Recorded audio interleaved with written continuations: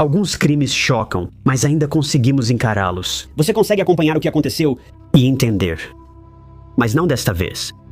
Esses são os casos que marcam você, pois ao compreendê-los, preferiria não ter entendido. Os detalhes não só te perturbam, eles grudam, se repetem e ficam piores quanto mais você pensa neles. E o pior de tudo é que nada disso é exagero. Hoje à noite, vamos analisar mais 5 casos reais de crimes sombrios demais, até para a Netflix. Para Lauren Phelps, a vida parecia começar de verdade ao se casar com o amor da sua vida, Matthew Phelps, em 2016. Ambos eram muito ativos na igreja batista local. Lauren era professora da escola dominical e Matthew, ministro. Mas no outono de 2017, as vidas deles mudariam para sempre. No meio da noite, um crime de proporções indescritíveis aconteceu na casa dos Phelps, um crime do qual Lauren, infelizmente, não sobreviveria. Quando Matthew ligou para o 911 para relatar o crime aos investigadores, as declarações que ele deu foram perturbadoras, confusas e diferentes de tudo o que os investigadores poderiam esperar. Infelizmente, este é um daqueles casos em que não temos muito contexto prévio. Não sei se a família de Lauren e Matthew quis preservar a privacidade após o crime ou se os repórteres tiveram poucas entrevistas com a família. A infância de Lauren e Matthews permanece em grande parte um mistério. Curiosamente, quase todas as informações que encontrei sobre o casal vieram do Instagram. Descobri que Lauren tinha envolvimento com uma empresa chamada Sense. A Sense funciona como a Avon e outros programas, permitindo cadastro no site para vender produtos e receber comissão. A Sense trabalha com fragrâncias para aquecedores de cera e velas e não são patrocinadores. Pelo que percebo, a Sense parece um esquema de pirâmide, mas não conheço a empresa o bastante para afirmar isso. É só a impressão que tenho. Mas enfim, Lauren se juntou à Sense em algum momento de 2015 ou 2016 e parece que ela estava se saindo muito bem. Ela recebeu prêmios enquanto trabalhou na empresa e tudo parecia ir bem para ela. Pelo que vejo, o trabalho que Lauren fez com a Sense permitiu que ela pudesse ficar em casa enquanto seu namorado e futuro marido estudava para ser pastor na igreja batista do casal. Parece que Lauren conheceu Matthews em meados de 2014. A primeira menção a Matthews nas redes de Lauren foi no outono daquele ano, e logo se deram bem, tornando-se oficialmente um casal em novembro de 2014.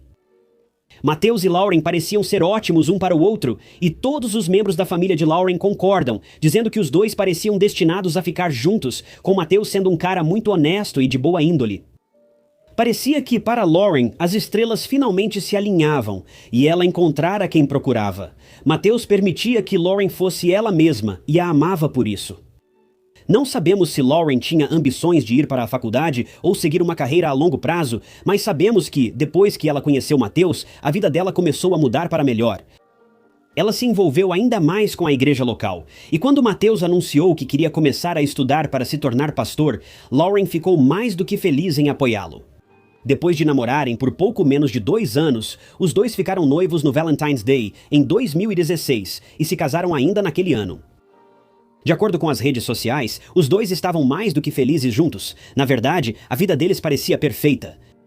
Mas lembre-se, as redes sociais mostram só um pequeno vislumbre da vida real das pessoas. Como viria a acontecer, mal o casamento deles havia começado, ele já começou a desmoronar. De acordo com a família de Lauren, apesar de Lauren parecer feliz, ela estava infeliz, e grande parte dessa infelicidade vinha de seu novo marido, Matthew. Como viria a acontecer, Matthew não era nem de longe o homem que dizia ser.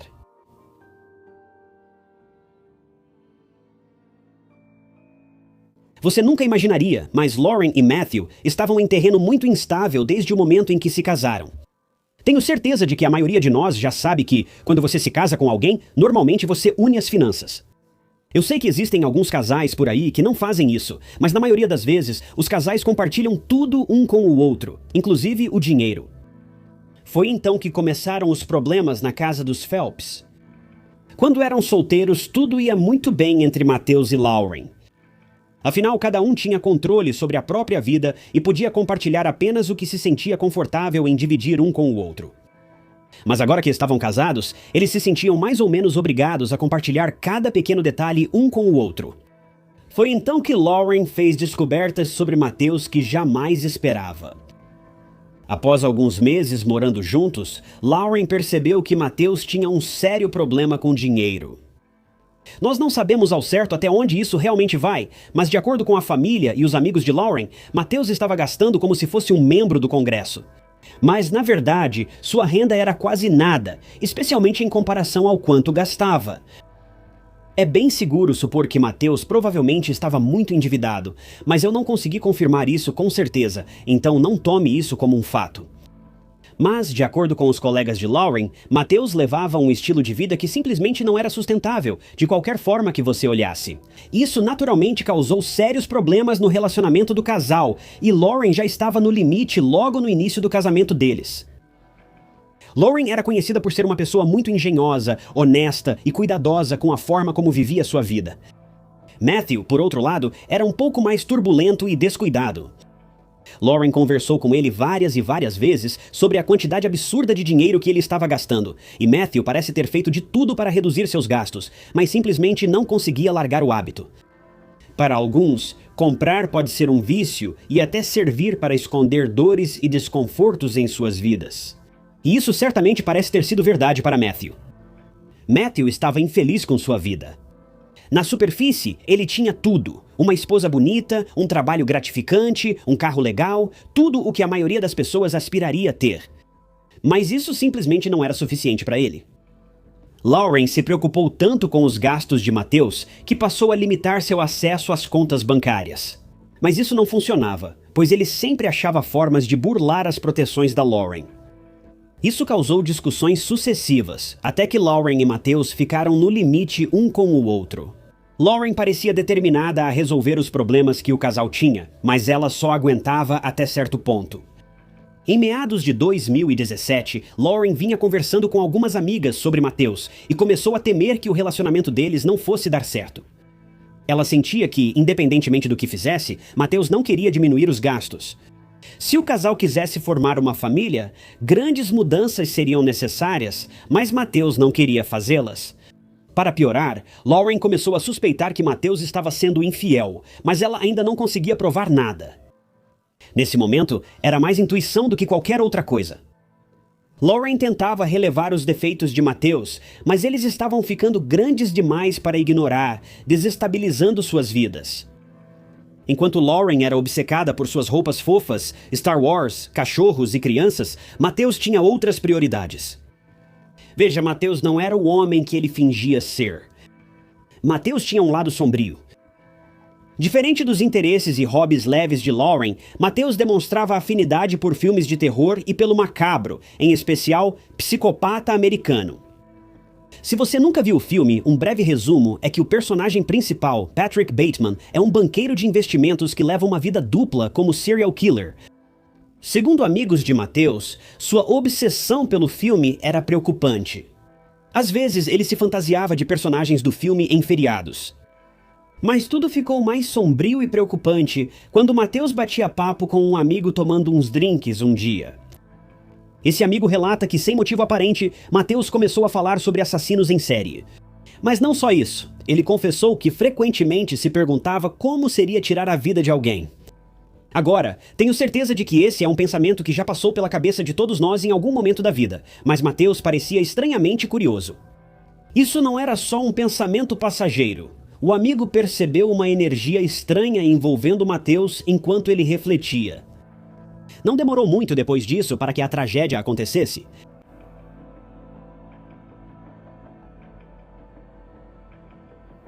Era 1º de setembro de 2017. O casal Phelps dormia tranquilamente em seu apartamento e era, em todos os aspectos, uma noite como qualquer outra. Os dois haviam se recolhido para a noite e foram dormir como sempre faziam. Mas, em algum momento no meio da noite, Matthews foi atormentado por sonhos perturbadores dos quais não conseguia se livrar. Matthews revelou que tinha dificuldade para dormir quase todas as noites. Isso o fez tentar vários métodos para descansar, muitas vezes recorrendo a remédios sem receita para dormir. Há rumores de que ele pode ter se envolvido com substâncias mais pesadas. Naquela noite, Matthew tomou muito xarope para tosse, pois um amigo disse que era a forma mais fácil de dormir. Mas um efeito colateral desse remédio é causar sonhos intensos, e Matthew estava sentindo isso na prática. Ele nunca contou exatamente sobre esses sonhos malucos, mas eram tão perturbadores que ele saiu da cama para clarear a mente e se acalmar. Ao se levantar da cama, Matthew cambaleou até a porta e acendeu a luz. Mas quando ele se virou para encarar o quarto, não acreditou no que estava vendo. A princípio, pensou que ainda estava sonhando, mas logo percebeu que aquilo não era um sonho, era a vida real. Quando se virou, Matthew encontrou Lauren deitada no chão, com todo o quarto coberto de manchas vermelhas. Na cama, ele viu uma faca e percebeu que estava coberto de vermelho da cabeça aos pés. Sem saber o que fazer, Matthew fez a única coisa sensata e chamou a polícia. Após ligar para o 190, Matthew fez uma revelação realmente perturbadora para o atendente. Ao falar com o operador do 190, explicou que teve um sonho ruim e, ao acender as luzes, encontrou a esposa no chão. Em seguida, ele disse, "Acho que matei minha..." e então parou de falar. O atendente, desesperado, perguntava como aquilo ocorreu, enquanto Matthew só conseguia descrever a cena do crime. Ele claramente estava em choque com o ocorrido. Ele só conseguiu dizer que tomou muito xarope para tosse e depois acordou na cena do crime. Ao encerrar a ligação, Matthew chorou, afirmando que sua esposa não merecia isso. Mas o choque de Matthew não duraria muito tempo. Quando os investigadores chegaram ao local do crime para coletar todas as evidências possíveis, perceberam que um aspecto em particular da cena do crime não fazia sentido. Quando chegaram para falar com Matthew, perceberam que ele estava estranhamente limpo. Apesar de ter dito ao atendente que estava coberto de manchas vermelhas, notaram que ele estava em ótima forma para quem acabara de acordar em uma cena de crime. Os detetives logo provaram que Matthew já havia se limpado bem antes de ligar para o 190. "Não sei você, mas se eu acordasse e visse minha esposa no chão de um quarto repleto de evidências, tomar banho não seria minha primeira ideia, e a polícia notou isso de imediato." Durante o interrogatório e entrevistas com a polícia, Matthew manteve sua versão, repetindo sempre a mesma resposta. Ele tomou uma dose excessiva de xarope para tosse, foi dormir e acordou diante de uma cena de crime. A polícia não tinha nenhuma prova para mostrar o contrário, além do fato estranho de que ele havia limpado tudo antes de ligar para o 190, mas isso não é crime de forma alguma, só é estranho. Mas enquanto Matthew inicialmente mantinha sua inocência durante a investigação, ele logo faria uma confissão bizarra que surpreendeu a todos.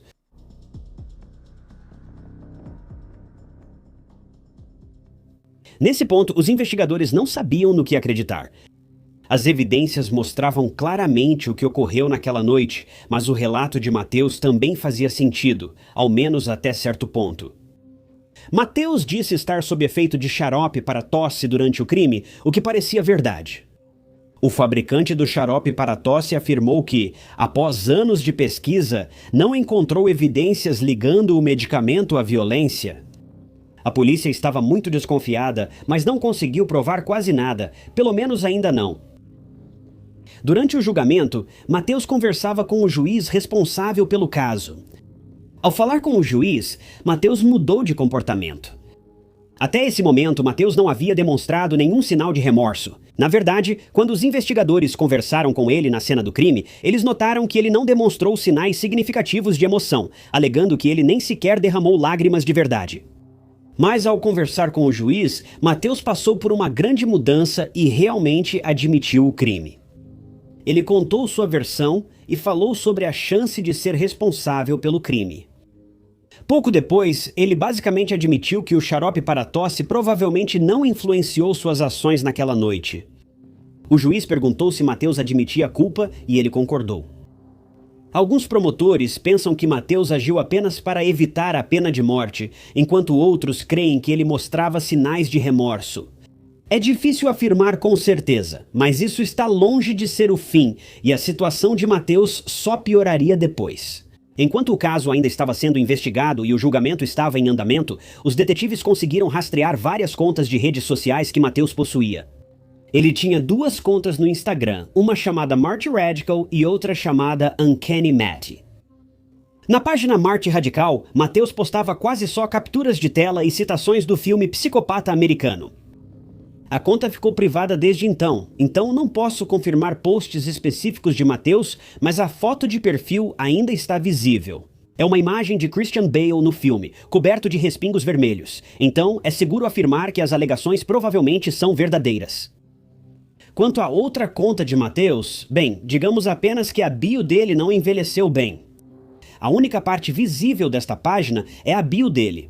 Sou apenas um anônimo lamentável, à deriva no abstrato. Não sei mais se ainda estou sonhando. A polícia sugeriu que Mateus, fascinado por psicopata americano e frustrado com a esposa por controlar finanças e ameaçar divórcio, perdeu o controle. Em um acesso de fúria, eles alegaram que ele encenou uma de suas cenas favoritas de psicopata americano, infligindo mais de 120 ferimentos individuais em sua esposa, e depois ainda teve tempo de se limpar antes de chamar a polícia. Embora Mateus nunca tenha admitido diretamente todas essas acusações, não acho que seria exagero supor que os investigadores provavelmente estão corretos nessas suposições. Após o crime, a família de Lauren se pronunciou sobre o caso, e o pai de Lauren expressou arrependimento pelas últimas semanas da vida dela. Ele mencionou que, apenas algumas semanas antes de sua filha perder a vida, percebeu que o comportamento dela havia mudado. Ela parecia paranoica, assustada e preocupada. Ele se arrepende de não ter questionado mais a filha, achando que isso pode indicar que o crime de Mateus foi premeditado e que Lauren talvez tenha sentido que algo ruim estava por vir. Lauren também descobriu que Mateus a traía, piorando ainda mais a situação. A irmã de Lauren contou que falou com ela poucas horas antes do crime e soube que Lauren e Mateus discutiam sobre uma possível traição após Lauren ver Mateus saindo escondido para encontrar outra mulher. A irmã de Lauren acha que eles provavelmente retomaram a discussão quando Mateus perdeu o controle e atacou Lauren, mas isso nunca foi comprovado, embora faça sentido. Talvez nunca saibamos ao certo, mas a família de Lauren ficou devastada com essa situação, o que nem precisa ser dito agora. A mãe de Lauren descreve Mateus como um mestre manipulador, acreditando também que o crime foi premeditado durante meses antes de acontecer, embora, para ser sincero, eu não tenha encontrado nenhum motivo para acreditar que isso seja verdade. Segundo a mãe de Lauren, a polícia afirmou que a maioria dos ferimentos de Lauren veio por trás. Eles acreditam que ele a derrubou, sentou-se sobre ela e causou os ferimentos enquanto ela estava indefesa. O pai de Lauren respondeu: "Penso nisso todos os dias, no que fiz de errado e deixei passar. Até hoje, só me arrependo de não ter percebido ou prestado atenção. Aceitei tudo como era." Quando questionado se perdoaria Mateus, o pai de Lauren disse: "Não, levarei isso para o túmulo e continuarei odiando-o." No fim, Mateus recebeu prisão perpétua sem possibilidade de liberdade condicional. Agora, já sei que certas pessoas vendo este vídeo vão correr para os comentários reclamar que esse homem cristão matou a esposa. Deixe-me dizer uma coisa, Mateus não era um homem cristão. Mateus era uma fraude, quase uma piada. Na verdade, uma das redes sociais dele nem sequer o descrevia como pastor ou mesmo como alguém em treinamento para ser pastor. Ela o descrevia como um empreendedor. O cristianismo consiste em viver conforme o exemplo de Cristo, ajudar os menos afortunados, amar o próximo, estar no mundo sem pertencer a ele e seguir os simples comandos dados por Deus. Mateus não era nada disso. Mateus era um homem odioso que virou as costas para a religião há muito tempo. Ele não representa nenhum cristão que eu já conheci, e me dói até mesmo mencioná-lo no contexto de ser um ministro da palavra de Deus. Ele não passa de um lobo no covil das ovelhas, e Mateus recebeu exatamente o que merecia. Mas no mundo real do cristianismo, por mais doloroso que seja ouvir isso às vezes, sempre existe a possibilidade de redenção.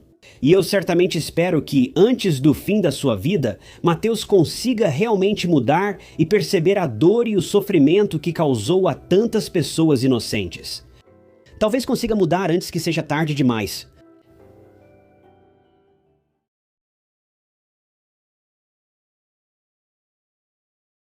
Holly Bobo era uma jovem de 20 anos do Tennessee que estava estudando para se tornar enfermeira. No meio dos seus estudos, Holly desapareceu inesperadamente em abril de 2011. A última vez que alguém viu Holly viva foi quando ela foi vista por seu irmão dentro da garagem da família, conversando com um homem, parecendo angustiada e apavorada. Esse homem não identificado sequestrou Holly e a forçou a entrar em um trecho de floresta próximo. A polícia foi chamada, mas já era tarde demais. Quando eles chegaram, o homem já havia desaparecido. Holly Bobo era uma garota comum de Darden, Tennessee. Ela adorava a vida ao ar livre, como mostram várias fotos dela e da família com roupas camufladas explorando a natureza. Mas Holly não era a mulher extrovertida que poderia parecer por fora. Na verdade, ela era bastante tímida e reservada, mas certamente tinha confiança em si mesma como pessoa. Holly cresceu em Darden, Tennessee, uma comunidade pequena com menos de 3.000 habitantes. Darden parece ser uma área bastante tranquila e isolada, pelo que posso perceber, um ótimo lugar para criar uma família. A maioria vê Darden como uma comunidade de classe média com criminalidade e custo de vida baixos. Considerando tudo, Darden é o lugar perfeito para se estabelecer e começar a vida com as pessoas que você ama. Quando não estava com a família em Darden, Holly frequentava suas aulas em Parsons, no Centro Martin Parsons da Universidade do Tennessee, onde estudava enfermagem. O centro era um prédio relativamente pequeno que abrigava algumas centenas de estudantes, predominantemente adolescentes e jovens adultos, que estavam estudando para seguir uma profissão na área médica. Pense nesse campus como uma filial. Por exemplo, você pode ver grandes lojas de roupa em cidades grandes como a Kohl's. Em cidades menores, você pode encontrar apenas um outlet da Kohl's, que é uma versão reduzida, com menos opções. Bem, é basicamente isso que o Centro Martin Parsons é, apenas uma versão menor da muito maior Universidade do Tennessee, que fica a várias cidades de distância, em Knoxville. Parsons, mesmo sendo pequena e com grande comunidade universitária, não diferia muito de Dartmouth em localização e comodidades. Parsons também é uma cidade muito pequena, e não há muita coisa acontecendo aqui além das aulas da faculdade e algumas lojinhas. Parsons seria um ótimo lugar para visitar e fugir de todo o barulho e correria do dia a dia, mas certamente não seria o tipo de lugar onde você esperaria que um crime estranho e surpreendentemente violento acontecesse. Um crime que atrairia a atenção nacional e iniciaria uma caçada policial de anos a um perigoso criminoso.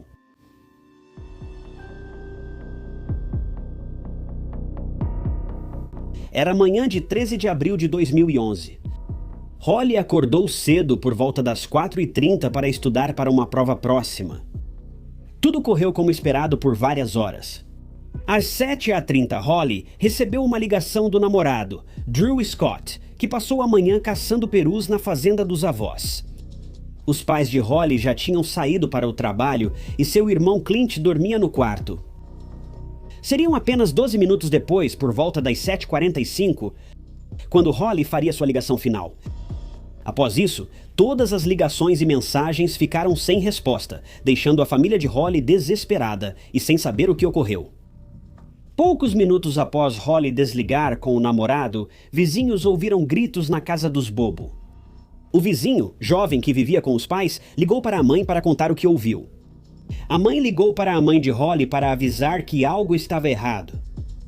Nesse momento, o irmão de Holly já havia sido acordado pelos cachorros da família latindo e rosnando, então ele se levantou rapidamente para ver o que estava acontecendo.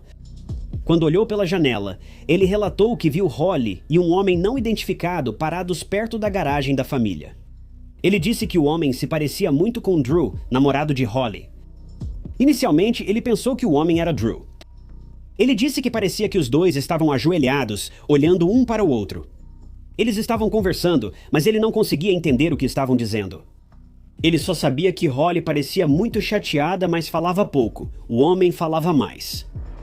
A única coisa que o irmão de Holly conseguiu entender foi que, em um momento, Holly respondeu ao homem dizendo não, e depois começou a perguntar por quê. Durante a discussão, o irmão de Holly, Clint, recebeu uma ligação da mãe. Clint contou à mãe tudo o que viu e disse que achava que Holly e Drew estavam terminando na garagem. Ficou claro que Clint não sabia que Holly estava em perigo. Nesse momento, a mãe de Holly falou para Clint que não era Drew. Clint recebeu ordem da mãe para atirar no homem, mas ficou incrédulo. Ele não via o homem claramente, mas tinha certeza de que era o namorado de Holly. Clint respondeu à mãe implorando: "Quer que eu atire no Drew?" Parece provável que a mãe de Holly tenha ficado frustrada nesse momento, porque ela desligou o telefone e ligou para a polícia. Como ela ligou do telefone do trabalho, a ligação caiu para a delegacia errada, desperdiçando tempo valioso e permitindo ao homem não identificado ocultar ainda mais a situação. Quando Clint soube de tudo e olhou pela janela, os dois já tinham saído da garagem e iam para o bosque próximo. Foi então que Clint percebeu que aquele homem não era Drew. Ele era bem maior que o Drew, mas Clint ainda não conseguia ver seu rosto direito. Clint tentou ligar para o celular da Holly nesse momento, mas ela obviamente não atendeu. Ele tentou ligar para o Drew, mas ele não atendeu. A mãe da Holly ligou novamente para Clint, dizendo que não conseguia falar com a polícia. Ela pediu ao Clint para ligar para a polícia. Clint pegou sua arma, saiu e encontrou manchas vermelhas perto da garagem que provavelmente eram da Holly. Nesse momento, ele decidiu ligar para a polícia. Os investigadores demorariam 10 minutos para chegar à casa dos Bobo, mas Holly e o suspeito já tinham partido há muito tempo. A polícia vasculhou a área, mas não encontrou pistas sobre Holly ou o criminoso. A polícia pediu os registros telefônicos e usou o GPS do celular de Holly para localizar sua última posição conhecida. Eles logo confirmaram que o celular dela passou pela floresta perto de sua casa, como Clint sugeriu. O movimento parou próximo à rodovia Interstate 40, depois continuou novamente, retornando na direção de onde o aparelho havia vindo originalmente. Detetives foram enviados para investigar o trecho da floresta onde o movimento do celular havia parado, mas eles não encontraram nada. A área não parecia ter sido recentemente remexida e não havia sinais de Holly. Infelizmente, isso deixou os policiais sem opções, pois o caso enfrentou seu primeiro obstáculo. As equipes de busca estavam prestes a encontrar muitas evidências do caso de Holly. Depois que eles encontraram os pertences pessoais de Holly, que haviam sido espalhados por toda a cidade, quase como se o suspeito estivesse provocando a família e os moradores locais.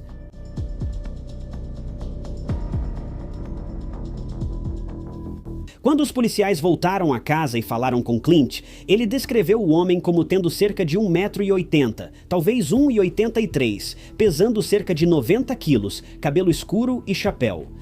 Ele acrescentou que o homem parecia estar usando uma camuflagem da marca Mossy Oak e que tinha uma voz muito profunda e grave. Ele não viu nenhuma característica marcante no rosto do homem. Como Parsons era uma cidade rural, cheia de caçadores e pessoas acostumadas ao ar livre, a descrição de Clint à polícia basicamente servia para qualquer homem em 50 quilômetros. Equipes de busca foram enviadas pela cidade para encontrar pistas ou testemunhas. Não demorou muito para os investigadores encontrarem várias evidências espalhadas por toda a cidade. Durante a patrulha, a polícia encontrou vários itens de Holly abandonados pela cidade. Eles acharam a lancheira, um recibo com o nome dela, um cartão da escola, e há relatos de que encontraram o celular e depois o chip, embora outros digam que ambos estavam na floresta, perto da casa da Holly. Tire suas próprias conclusões. A polícia inicialmente reduziu sua lista de suspeitos e começou a investigar um homem em particular chamado Terry Britt. Terry era um infrator registrado e correspondia à descrição do homem visto por Clint na garagem. Investigadores grampearam a casa de Britt e vasculharam sua propriedade, mas nada encontraram e ele foi descartado como suspeito. Só 3 anos depois, em 2014, é que o caso teria algum progresso. Caçadores de ginseng atravessavam a floresta perto da Interstate 40 quando encontraram uma cena de crime inimaginável. A polícia foi chamada ao local e, infelizmente, revelou que havia encontrado os restos mortais parciais de Holly Bobo. Ela estava a 32 quilômetros de Darthet. Ao falar com o dono do terreno, ele disse que moradores locais caçavam lá sem permissão com frequência. Por isso, ele não se surpreendeu que caçadores e investigadores a encontrassem lá tantos anos depois. Ao investigar a cena do crime, a polícia revelou que ossos estavam espalhados por toda a área, mas que Holly provavelmente perdeu a vida após levar um único tiro na cabeça. Foi nesse momento que a polícia revelou que havia focado em seu principal suspeito, mas, como se descobriria depois, eles já estavam investigando o homem há pelo menos 6 meses antes dessa descoberta. Mas o que torna as coisas incrivelmente estranhas é que ele era apenas um dos 6 homens que se acreditava terem ligação com o caso de Holly, e isso é só a ponta do iceberg.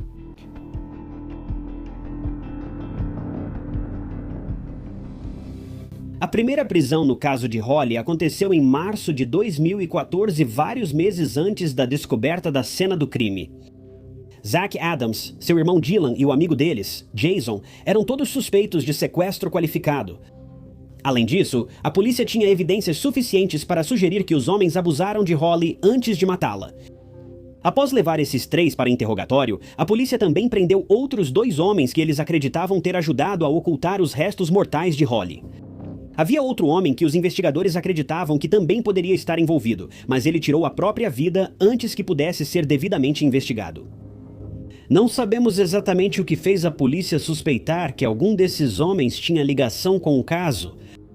A polícia nunca explicou esse aspecto da investigação. Provavelmente não nos diz respeito, podendo ser questão privada, proteção da investigação ou ambos. Simplesmente não sabemos.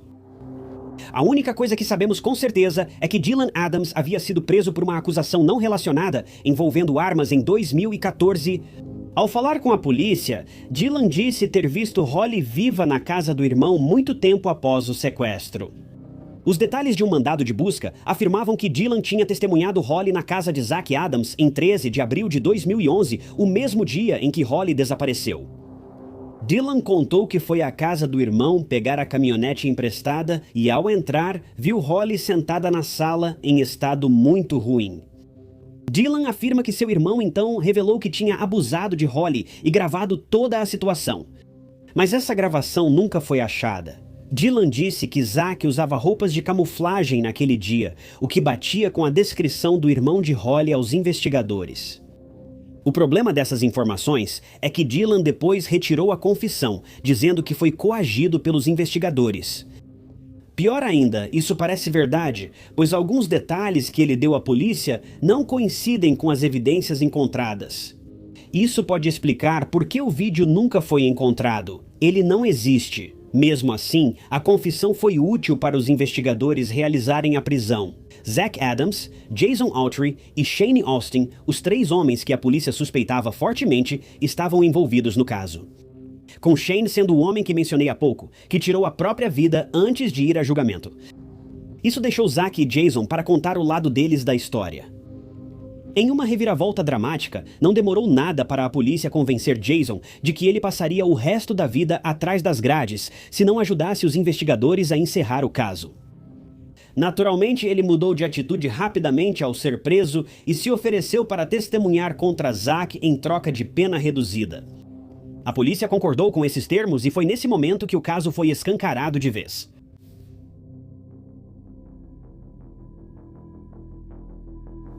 Nos meses que antecederam o julgamento, um advogado de Shane Austin, o homem que tirou a própria vida, se manifestou contra a polícia que investigava o caso e afirmou que os detetives não tinham nenhuma prova contra Shane. Ele afirma que a polícia estava seguindo teorias, boatos e rumores em vez de provas reais. Ele diz que ameaçaram Shane repetidamente, fazendo-o crer que seria acusado por um crime que não cometeu. O advogado diz que esse é o motivo de Shane ter tirado a própria vida e a família culpa a polícia por sua morte. Ainda não houve notícia de nenhum processo que possa ser aberto, mas acho que é seguro dizer que eles eventualmente virão, mais cedo ou mais tarde. Mas em setembro de 2017, Zach Adams foi levado a julgamento. No julgamento, alegaram que o irmão de Clint Holly conhecia os agressores dela. Jason, o homem que concordou em testemunhar contra Zach, afirma que ele, Zach e Dylan tinham todos visitado a casa dos Bobo naquele dia para ensinar Clint a fazer substâncias ilegais. Em algum momento durante esse processo, Holly descobriu e começou a surtar, saindo de casa enquanto gritava. Esses foram os gritos que o vizinho ouviu e motivaram a chamada à polícia logo depois. Isso explicaria por que Clint estava tão relutante em agir quando ficou dolorosamente claro que sua irmã estava em apuros, porque ele conhecia os agressores e do que eles eram capazes. Quando Holly tentou fugir de casa gritando, os homens supostamente a agarraram e sequestraram para silenciá-la. Depois a levaram a um celeiro onde a abusaram e mataram. O único problema com essas alegações é que Clint afirma que elas não são verdadeiras, e não há nenhuma evidência real que sugira que as coisas aconteceram de uma forma ou de outra. Então, no fim das contas, somos forçados a encarar isso como nada além de boatos e rumores falsos. Jason e Dylan deram relatos contraditórios sobre o dia do desaparecimento de Holly. A forma mais precisa da história que consegui reunir sugere que, após o que quer que tenha acontecido na casa de Holly naquele dia, ela foi levada para o celeiro mencionado anteriormente. Zack, Dylan e Jason estavam todos envolvidos de alguma forma, com Zack sendo o mentor por trás da operação. Zack tentou matar Holly, depois a enrolou em um tapete, colocou na caminhonete e levou para uma floresta perto da Interestadual 40. Ao chegarem à floresta, o trio descobriu que Holly ainda estava viva. Foi isso que levou ao disparo único na parte de trás da cabeça dela. A arma foi depois encontrada abandonada em um corpo d'água, sem impressões digitais ou DNA. Antes do julgamento, a namorada de Zack falou contra ele, alegando que ele havia confessado o crime e disse que faria o mesmo com ela se ela contasse para alguém. Zack também teria ameaçado seu irmão Dylan com a mesma consequência se ele falasse com alguém sobre o caso. No fim, Zack foi considerado culpado de todas as acusações. Ele foi condenado à prisão perpétua e seu irmão Dylan a 50 anos, precisando cumprir 35 antes de possível liberdade condicional. Já Jason, por sua vez, não teve participação ativa no crime, apenas ajudou os irmãos a encobrir os rastros. Por ter participado do julgamento e condenação, ele parece ter sido autorizado a sair livre. Agora, preciso reiterar, a história do rapto de Holly e sua morte subsequente ainda não foi totalmente comprovada. Havia tantas mentiras e boatos circulando durante o julgamento que é difícil entender a situação. O relato que compartilhei sobre as consequências dos eventos que resultaram no abandono de Holly na floresta se baseia apenas nos aspectos mais coerentes com as evidências encontradas. No fim, há muito mais nessa história que não pude compartilhar aqui, pois levaria horas para cobrir todos os detalhes da investigação e das prisões. Recomendo que, se tiver interesse, analise esse caso por conta própria e tire suas conclusões. Tudo o que sabemos com certeza é que por um motivo ou outro, Holly foi tirada deste mundo cedo demais. Por dois irmãos sádicos e perversos que não tinham nada melhor para fazer com seu tempo, além de causar caos em uma pequena cidade e atormentar uma jovem que só queria viver sua vida em paz. A morte trágica de Holly deixou uma cicatriz permanente em uma cidade que, fora isso, é linda, e sua memória não será esquecida tão cedo.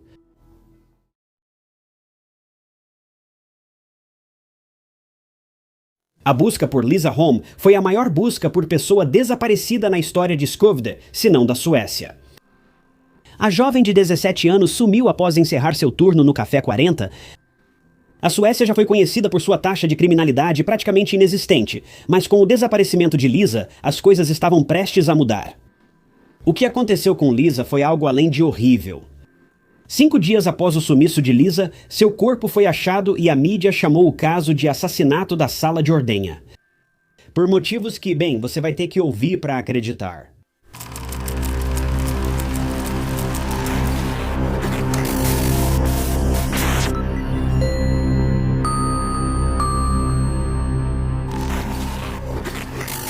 Bem-vindo ao Histórias de Crimes Reais. Sou Ty Knotts e trago novos documentários semanais sobre crimes reais. Então, se você gosta desse tipo de coisa, e vamos ser honestos, se você está assistindo a este vídeo, provavelmente gosta. Não se esqueça de clicar no botão de inscrever-se. É gratuito e garante que você fique por dentro dos meus próximos vídeos.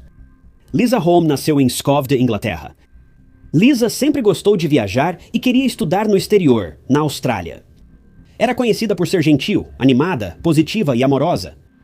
Ela era muito prestativa com as outras pessoas e adorava a ideia de ser independente. Por isso, ainda adolescente, Lisa trabalhou em vários empregos de meio período para ganhar dinheiro. Algumas semanas antes do caso de hoje, Lisa começou a trabalhar em uma cafeteria em Blomberg. A cafeteria ficava a 40 minutos de casa e um dos pais levava e buscava Lisa diariamente. Como era a primeira vez que Lisa trabalhava longe de casa, seus pais queriam levá-la e buscá-la para ficarem mais tranquilos. Em 7 de junho de 2015, poucas semanas após começar na cafeteria, Lisa já se sentia confiante para ir trabalhar sozinha. Mas, tragicamente, o primeiro dia em que Lisa conquistou sua independência seria também o seu último.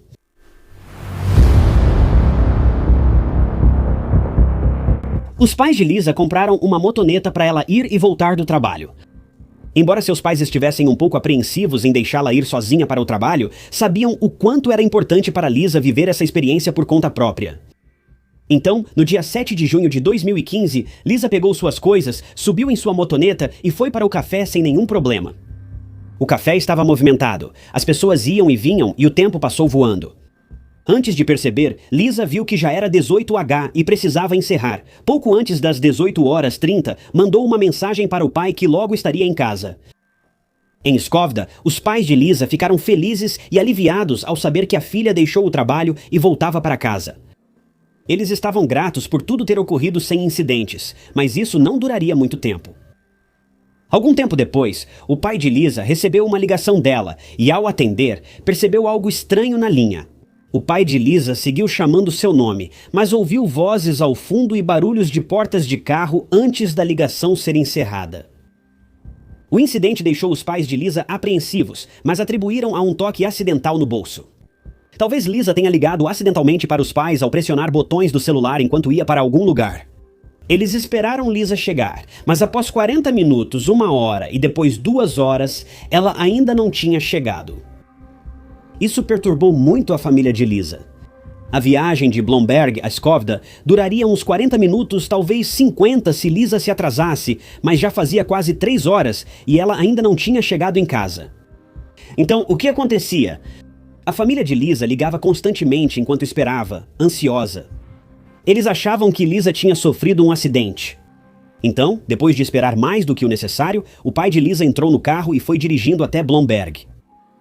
Ele dirigia devagar, esperando encontrar Lisa na estrada voltando para casa. Porém, quanto mais se aproximava do destino, mais medo sentia. Não havia sinal de Lisa no caminho. Ao chegar ao café, o pai de Lisa procurou por ela e viu primeiro sua motoneta. Ele ficou aliviado na hora. Imediatamente pensou que Lisa tinha ficado com alguns amigos para passar um tempo ou algo assim. Mas ao se aproximar da motoneta, percebeu algo alarmante. O capacete de Lisa seguia pendurado e as chaves continuavam na ignição. Por que Lisa deixaria as chaves e a motoneta sozinhas, a menos que estivesse abandonando a motoneta? O pai dela procurou por um tempo, mas sem sucesso, ligou para a polícia por volta das 22 horas e registrou o desaparecimento de Lisa Holm, de 17 anos.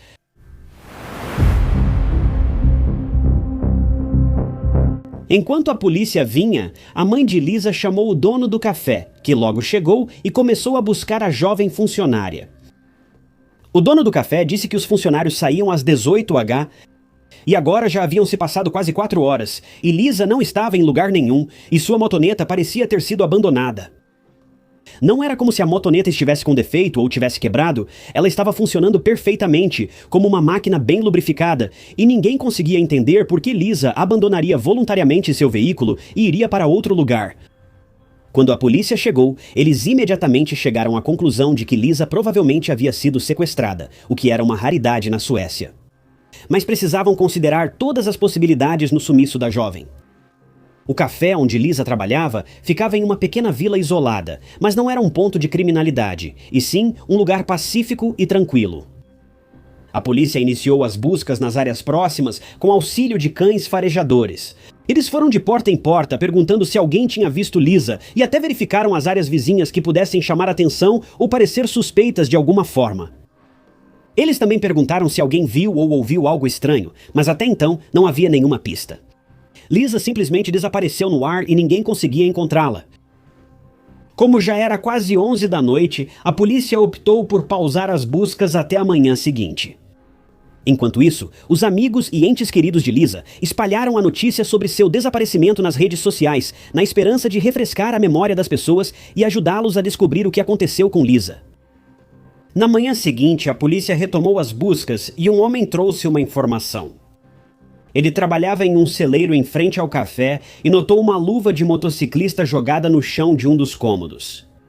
O homem imediatamente entregou a luva para a polícia e os investigadores pediram aos pais de Lisa que identificassem se aquela luva pertencia a Lisa. E a resposta veio como uma revelação perturbadora. A luva descartada era de Lisa, que estava desaparecida. Mas por que a luva dela estava nesse celeiro? O que Lisa estava fazendo lá? A polícia suspeitava que ela não foi até lá por vontade própria e poderia ter sido levada à força, reforçando a teoria de sequestro. A busca por Lisa foi enorme. Foi a maior busca por pessoa desaparecida conduzida por voluntários na história da Suécia, com centenas de voluntários aparecendo todos os dias, procurando em vários lugares, buscando por Lisa. Houve até buscas aéreas, e todos estavam determinados a encontrá-la. Logo, tanto a polícia quanto os voluntários começaram a encontrar algumas pistas alarmantes.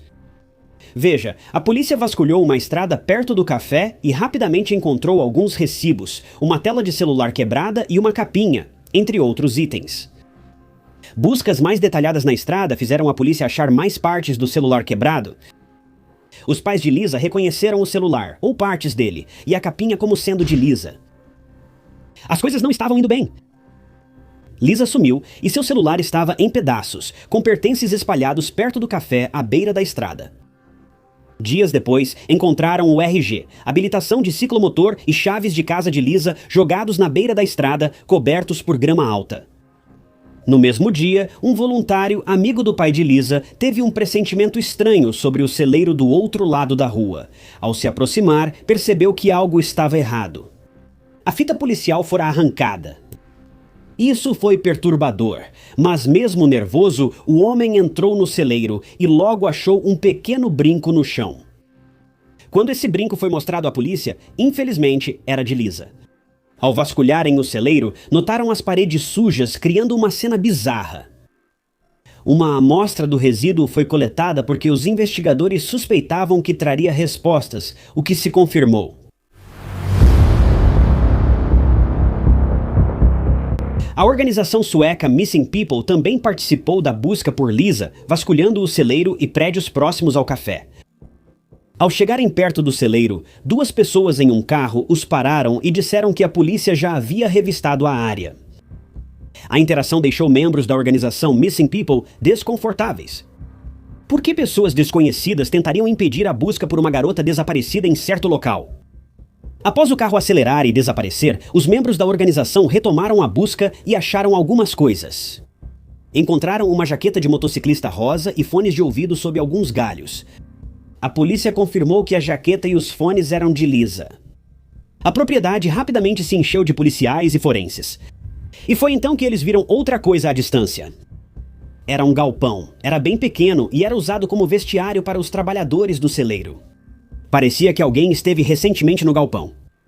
O galpão estava cercado por grama alta, mas o caminho até a porta parecia recém-pisado.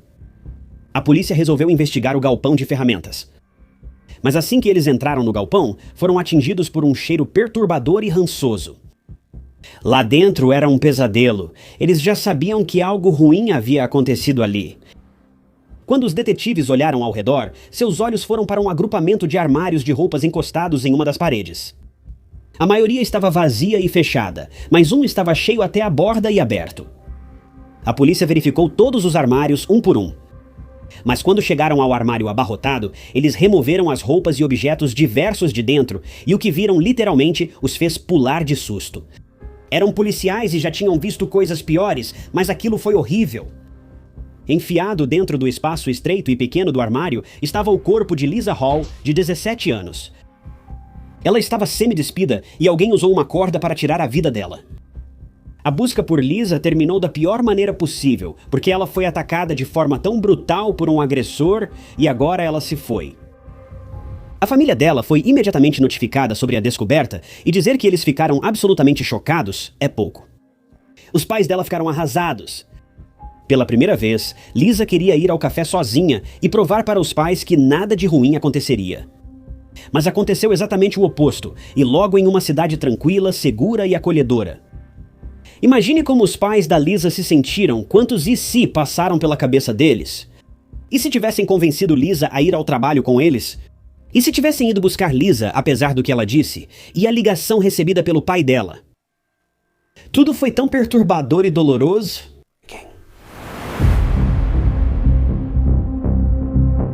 Com o corpo da Lisa encontrado, a polícia precisava capturar o responsável.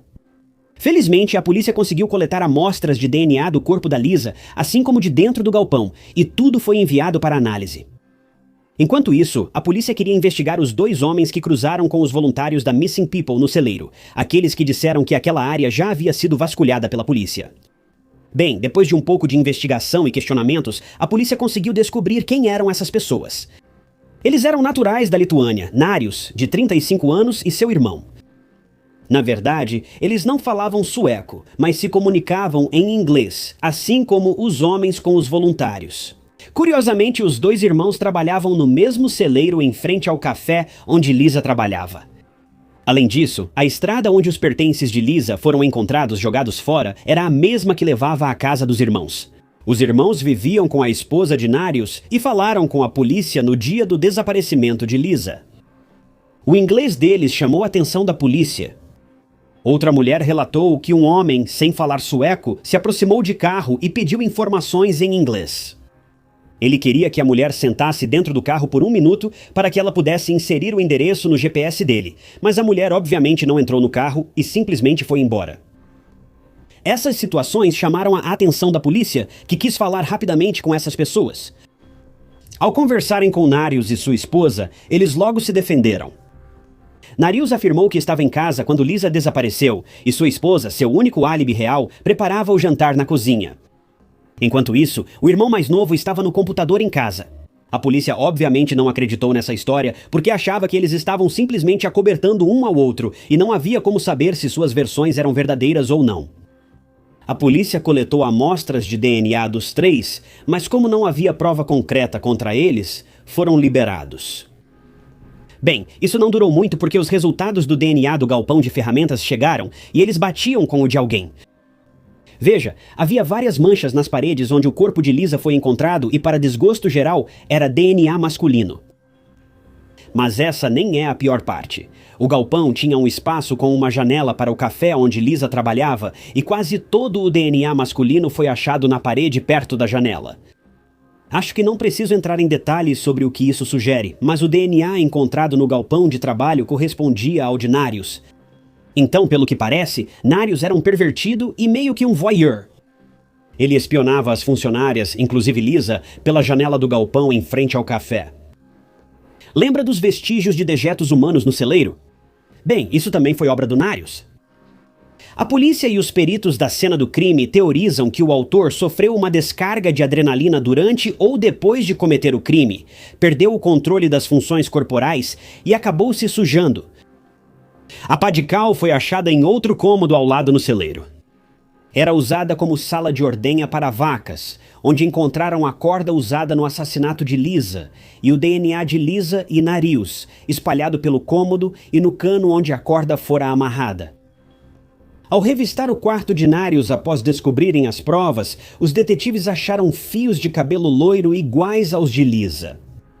Narius foi pego, mas ele e a esposa mantinham firmemente sua versão dos fatos. Afirmaram que alguém queria incriminar Narius e que ele não tinha relação com o ocorrido com Lisa. Isso mudou quando a polícia conversou com o irmão mais novo de Narius e ele acabou se tornando a ruína de Narius.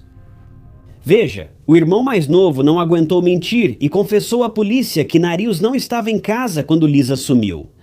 E de acordo com sua esposa, e no início, até mesmo segundo seu irmão mais novo, Narius estava em casa entre 18h e 20h na noite de 7 de junho de 2015. Ele só saiu após as 20 horas para ir a um posto de gasolina comprar comida. Desta vez, o irmão mais novo de Narius contou uma história diferente. Afirmou que Narius o obrigou a dizer que ele estava em casa das 18h às 20h. Quando ele perguntou onde Narius estava, seu irmão começou a revelar tudo. Ele disse que Narius tinha sumido durante a maior parte da noite e que na verdade só voltou para casa por volta das 19h30 ou perto das 20 horas naquela noite. Ele estava desgrenhado, com roupas sujas como se tivesse rolado na terra, e as colocou imediatamente na máquina de lavar, algo incomum, já que Narius nunca lavava as roupas na hora, normalmente iam para o cesto. Para piorar, ao checar os eletrônicos de Narius, a polícia encontrou algo perturbador. Narius frequentava sites adultos e assistia a vídeos adultos realmente questionáveis, que beiravam a ilegalidade. Mesmo que não houvesse provas definitivas de que Narius tenha abusado sexualmente de Lisa durante o ataque, especula-se que ele sentia prazer em ver pessoas sofrendo e sentindo dor. E assim, após essas descobertas, Narius foi preso pelo assassinato de Lisa e aguardava julgamento.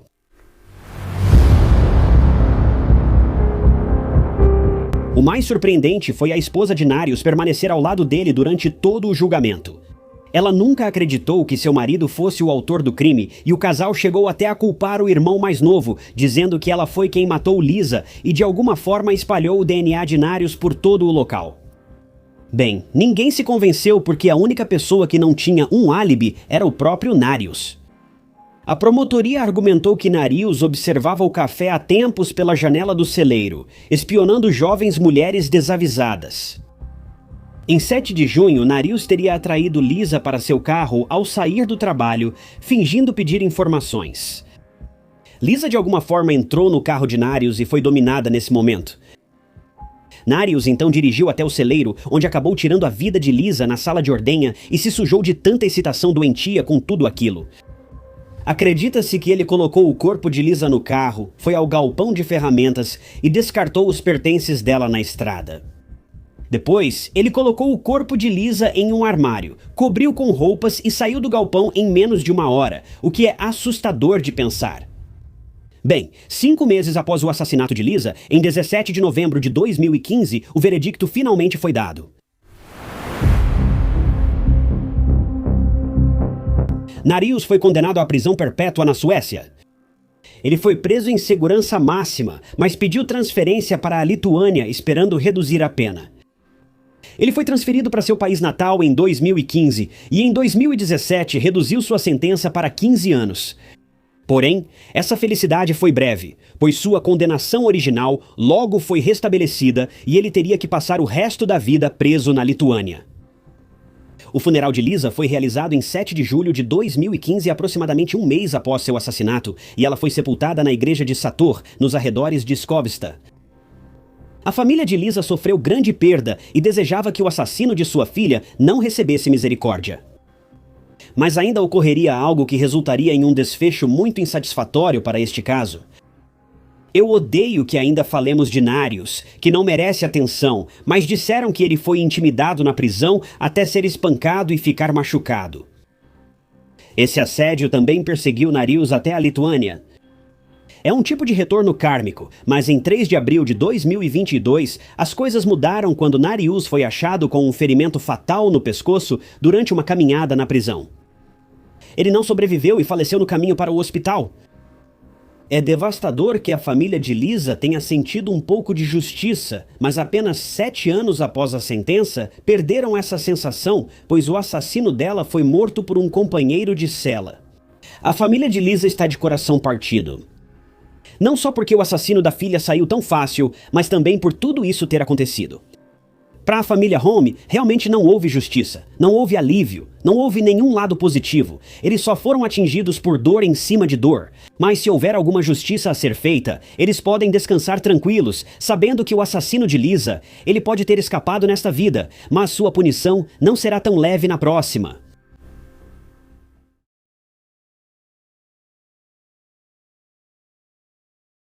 Muitos jovens se mudaram para Los Angeles com o sonho de fazer um nome para si mesmos no cinema, apesar das chances de esses planos se realizarem serem muito baixas.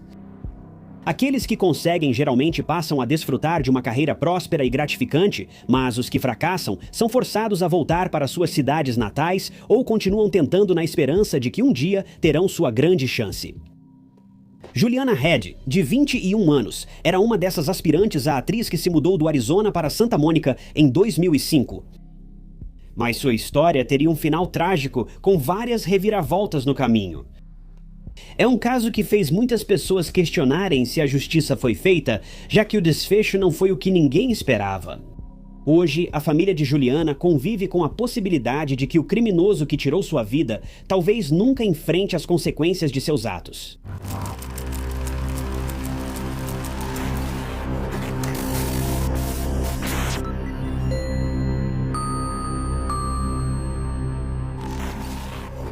Juliana cresceu em Tucson, Arizona, onde estudou na South Point Catholic High School. E, segundo todos, ela teve uma ótima infância. Era muito próxima da família e, após se formar, decidiu se mudar para a Califórnia, pois tinha o sonho de se tornar modelo. Mas sua verdadeira ambição era ter o próprio negócio um dia, e ela contou aos pais, Patrícia e Greg, que gostaria de abrir uma boutique no futuro. Após chegar a Los Angeles, ela seguiu em contato frequente com a família. Ela costumava ligar para os pais para conversar e contar como estavam indo seus planos. Eles também trocavam mensagens com frequência e, de vez em quando, ela fazia a viagem de volta para Tucson para uma visita. Em 2008, ela morava sozinha em um bangalô em Santa Mônica enquanto estudava no Santa Monica College. Para ganhar um dinheiro extra, ela trabalhava como recepcionista em um restaurante enquanto buscava oportunidades como modelo ou atriz. Por enquanto, Juliana parecia satisfeita com sua situação. Mas tudo isso mudaria no dia 16 de março daquele ano, quando Patrícia descobriu que não conseguia entrar em contato com sua filha. O que se sabe é que Juliana jogou uma partida de golfe no dia 15 de março, depois voltou para seu bangalô e optou por passar a noite em casa assistindo TV, especificamente reprises de Seinfeld. Na noite seguinte, Patrícia ficou ainda mais preocupada ao receber uma ligação dos vizinhos de Juliana, dizendo que não a viram o dia todo e que o cachorro dela estava no bangalô, mas o lugar parecia deserto. Patrícia ligou várias vezes para o número dela, esperando que atendesse, mas isso nunca ocorreu e ela também não retornou as ligações da mãe. Inicialmente, ela achou que Juliana só estava ocupada, mas ao não receber resposta até às 18h, ela soube que algo não estava certo. Foi então que ela decidiu que era hora de chamar a polícia.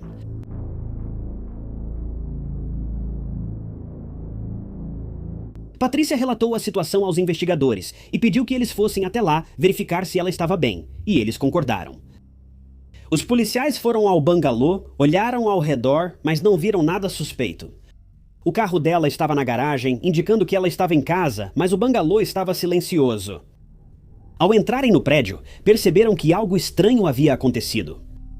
Eles notaram uma vela acesa na entrada principal do bangalô e imediatamente sentiram o cheiro de gás, que descobriram estar vindo do fogão, que havia sido deixado ligado, mas o queimador não estava aceso, o que significava que todo o cômodo agora era basicamente uma bomba relógio. Então eles fizeram uma descoberta ainda mais chocante. Depois de vasculharem a casa, eles entraram no quarto dos fundos e foi lá que encontraram Juliana. Infelizmente, ela já não estava mais viva. Não demorou nada para os detetives perceberem que ela havia sido estrangulada, mas também era óbvio que ela tinha lutado bastante contra seu agressor. Por todos os indícios, parecia que uma luta violenta havia ocorrido por todo o apartamento. Essa teoria foi confirmada quando foi revelado que o DNA de Juliana estava presente debaixo de suas próprias unhas, sugerindo que ela estava tentando tirar as mãos do agressor de sua garganta. Havia muito poucas pistas sobre quem havia tirado a vida dela, mas uma coisa era certa: quem entrou no apartamento tinha planos de apagar os rastros explodindo o local. Eles esperavam que o gás emanando do fogão reagisse com a vela acesa, criando assim uma explosão que teria eliminado muitas evidências na cena do crime. Acredita-se que, devido à idade do prédio, o gás não chegou a se acumular para causar explosão. Logo, os investigadores começaram a montar o que acreditavam ter ocorrido antes da morte de Juliana. Eles acreditavam que alguém entrou no bangalô por volta das 22 horas na noite de 15 de março. Depois de entrar, atacaram Juliana e, em algum momento, causaram ferimentos em sua cabeça ao baterem ela contra o chão. Como o ataque foi prolongado, investigadores acham que o agressor não esperava tanta reação de Juliana e acabou recorrendo ao estrangulamento. Mais tarde, descobriu-se que Juliana tentou ligar para os serviços de emergência, pois os registros mostram que ela discou 911, mas a ligação foi encerrada antes de completar. Os vizinhos que haviam contatado Patrícia disseram aos policiais que ouviram sons de móveis sendo arrastados e alguém gritando por volta das 21h53 da noite anterior, mas acrescentaram que não viram ninguém suspeito dentro ou ao redor do prédio. É uma pena que não tenham levado a situação mais a sério, mas também não dá para culpá-los muito. Como disseram, nada parecia estranho e poderia ser só uma pequena festa pelo que sabiam. Foram coletadas evidências da cena do crime, como diversas amostras de DNA na porta da frente, telefone, roupas de Juliana e em sua garganta. As amostras foram enviadas ao laboratório, mas demorariam para indicar quem esteve no apartamento dela. Enquanto isso, os investigadores entrevistaram família e amigos de Juliana, que forneceram o máximo de detalhes sobre sua vida. Ao conversar com os peritos da cena do crime, o pai de Juliana sugeriu que eles entrassem em contato com um homem chamado John Gilmore, com quem Juliana tinha um relacionamento de idas e vindas. Ele acrescentou que ficou preocupado com Juliana quando soube que eles estavam namorando, já que Gilmore era conhecido por ter um temperamento violento, o que ficou ainda mais evidente quando ele chutou a porta do carro dela em uma ocasião e também invadiu o apartamento dela à força. Ao ouvirem a notícia, os investigadores sentiram ter achado a pista esperada. Eles imediatamente começaram a procurar por João, e não demorou nada para encontrarem o homem que procuravam.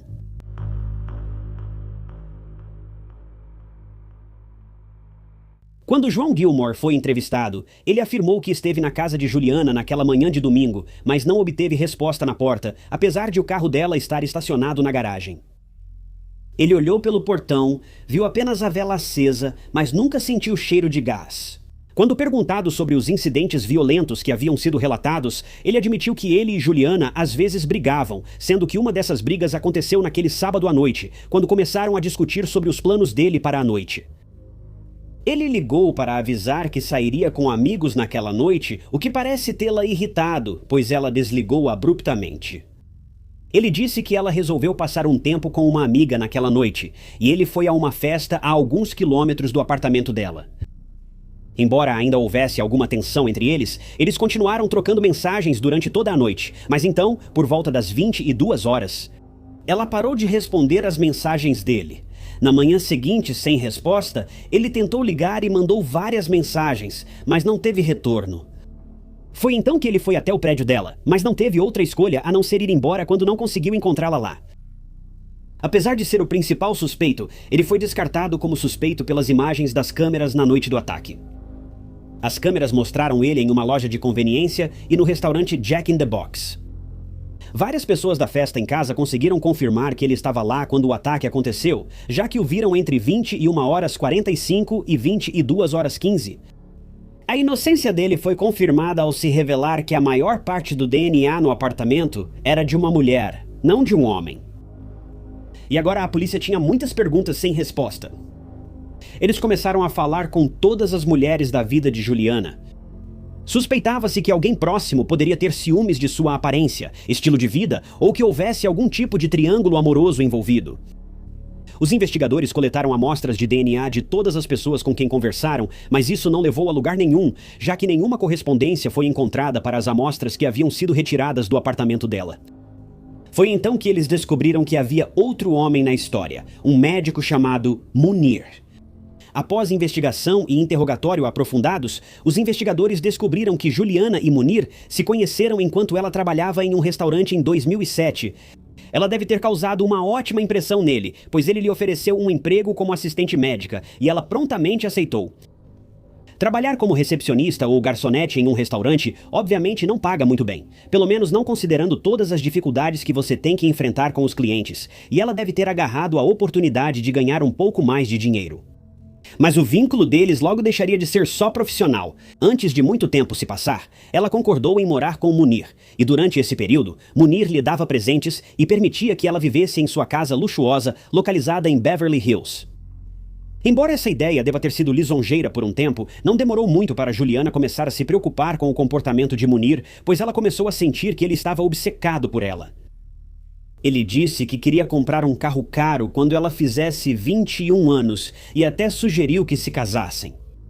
Não havia dúvida de que ela não passaria necessidade, já que ele era um homem muito rico, mas ele era conhecido por gastar dinheiro com joias, carros e mulheres, o que ela achava excessivo e um tanto preocupante. Não está claro se Munir simplesmente entendeu errado o que Juliana quis dizer ou se ele estava exagerando as coisas, quase como um tipo de pensamento ilusório e fantasioso. Mas seja como for, o comportamento de Munir só ficou cada vez mais estranho a partir daqui, e não demorou para Juliana perceber que precisava encontrar uma saída.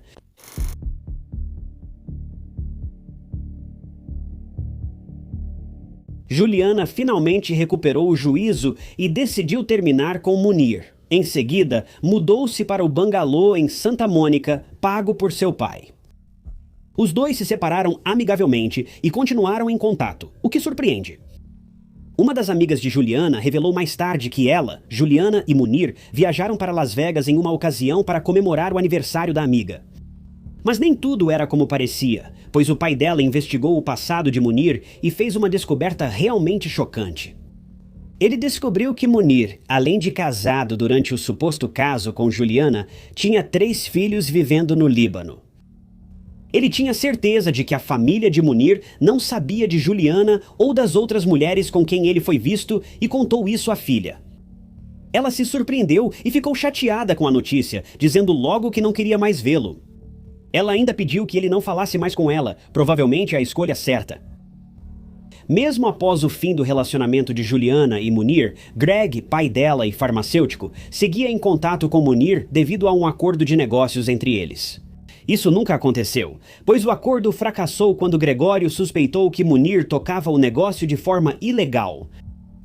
Evidências rapidamente se acumularam contra esse homem, deixando claro que ele não era quem dizia ser. Os investigadores estranharam que Juliana morreu só uma semana após o acordo falhar e logo suspeitaram que Munir sabia mais do que dizia. Mas lembre-se, o DNA dele não foi encontrado na cena do crime. Eles não puderam entrevistá-lo porque ele havia deixado o país, então começaram a investigar seu passado. Como ele era conhecido por ter um histórico um tanto sórdido com mulheres, eles começaram a investigar as mulheres que já tinham trabalhado para ele no passado. Eles suspeitavam que o DNA feminino encontrado na cena do crime poderia, de alguma forma, estar ligado a Munir, mas não tinham provas para confirmar essas suspeitas. A maioria das suas ex-funcionárias ou não tinha mais contato com ele, ou não conhecia Juliana. Mas quando investigaram o histórico entre ele e uma mulher de 47 anos chamada Kelly Sue Park, começaram a ficar ainda mais desconfiados. Ele havia feito vários pagamentos substanciais para ela, totalizando mais de $1 milhão em apenas 18 meses. Ela já havia participado de muitos negócios dele enquanto era corretora de imóveis. Sem certeza do envolvimento de Park no ataque a Juliana, decidiram segui-la para tentar coletar uma amostra de DNA sem que ela percebesse. Se ela tivesse envolvimento no crime, poderia ter avisado Munir que as autoridades queriam coletar seu DNA. Ficou decidido que isso seria feito sem levantar suspeitas. A paciência deles foi recompensada quando conseguiram coletar uma das bitucas de cigarro descartadas por ela e a enviaram para análise. Logo, os investigadores souberam que avançaram no caso, pois o DNA de Park coincidiu perfeitamente com as amostras do bangalô de Juliana. Agora, não havia mais dúvidas de que Park estava presente quando o ataque foi realizado, e havia uma grande chance de que Munir estivesse envolvido de alguma forma, embora ele ainda não tivesse retornado aos Estados Unidos e, portanto, ainda não pudesse ser interrogado. Obviamente, Park foi detido e imediatamente acusado pelo crime contra Juliana. Acredita-se que Munir soube da prisão dela apenas alguns dias depois, já que ele desapareceu repentinamente, embora se acredite que, na época, ele provavelmente estava em algum lugar no Líbano, possivelmente para evitar ser localizado pela polícia. O único problema era que o motivo do crime contra Juliana ainda não estava claro.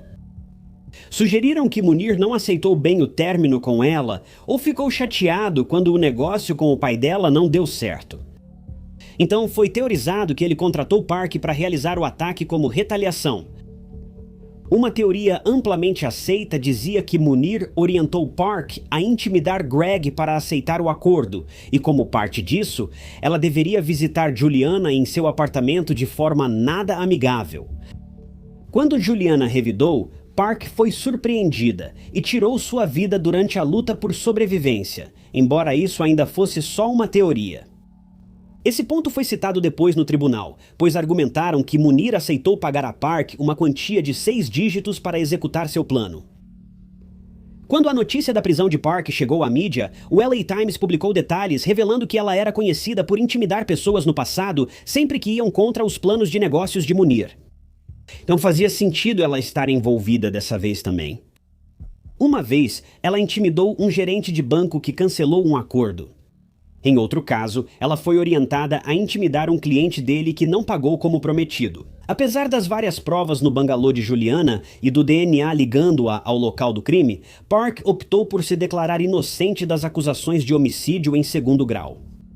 Os advogados dela revelaram que estariam dispostos a dizer ao tribunal que as duas mulheres nunca se encontraram e só eram ligadas por Munir, que ainda estava fora do país. A promotoria, por outro lado, pretendia revelar que Park havia sido contratada por Munir como uma espécie de capanga e que sua tentativa de intimidação acabou levando ao fim da vida de Juliana. Mas isso não teve o efeito desejado. O juiz deste caso decidiu que essa teoria não poderia ser usada durante o julgamento, já que não havia provas concretas para sustentá-la, e, em vez disso, o Estado teria que se basear nas evidências encontradas na cena do crime, incluindo o DNA que foi compatível com o de Park. Eles também destacariam que Park tinha quase 1,80 m. Era uma mulher intimidadora e autoconfiante, capaz de ser capanga ou intimidadora se Munir mandasse. Essa mulher realmente assustava quem estava perto, com uma personalidade e energia difíceis de ignorar. As evidências contra Park aumentavam, tornando quase certa sua condenação pela morte de Juliana. O DNA dela foi achado em vários pontos do apartamento, como nas roupas de Juliana, dentro das fechaduras da porta da frente, no telefone e, mais incriminador, em sua garganta. Em um prato que havia sido deixado na pia da cozinha, os peritos encontraram uma gota de sangue junto com uma impressão digital que pertencia a Park. Segundo a promotoria, isso era uma prova incontestável de que Park estava no apartamento naquela noite. Como as duas mulheres não se conheciam, ela só estaria lá para executar um ataque a mando de Munir. Eles consideravam indiscutível que ela havia sido morta, pois havia DNA em seu pescoço, indicando que foi Park quem a matou por estrangulamento manual. Incriminar essa mulher por um crime desses era bem mais difícil do que parecia. Ela não se entregaria sem lutar, como na noite em que viu Juliana em seu apartamento. A equipe de defesa dela tinha mais de um truque na manga e estava disposta a fazer de tudo para livrar Park da culpa.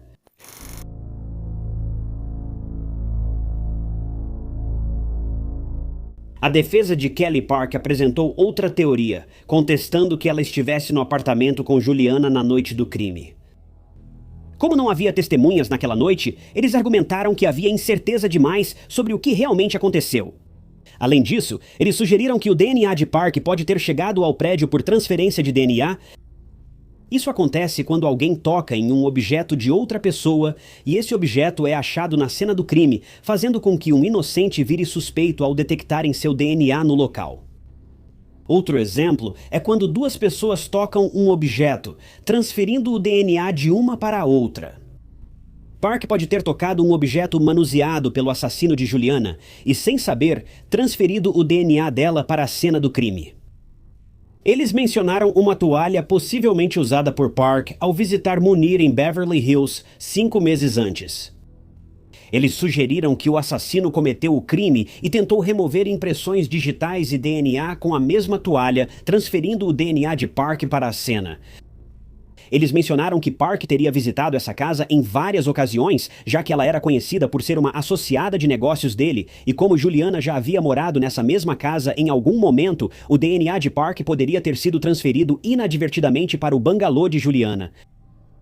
Ao abordar o papel de Munir no crime, a defesa afirmou que um negócio fracassado com o pai de Juliana ou o fim do relacionamento não justificariam tirar a vida dela.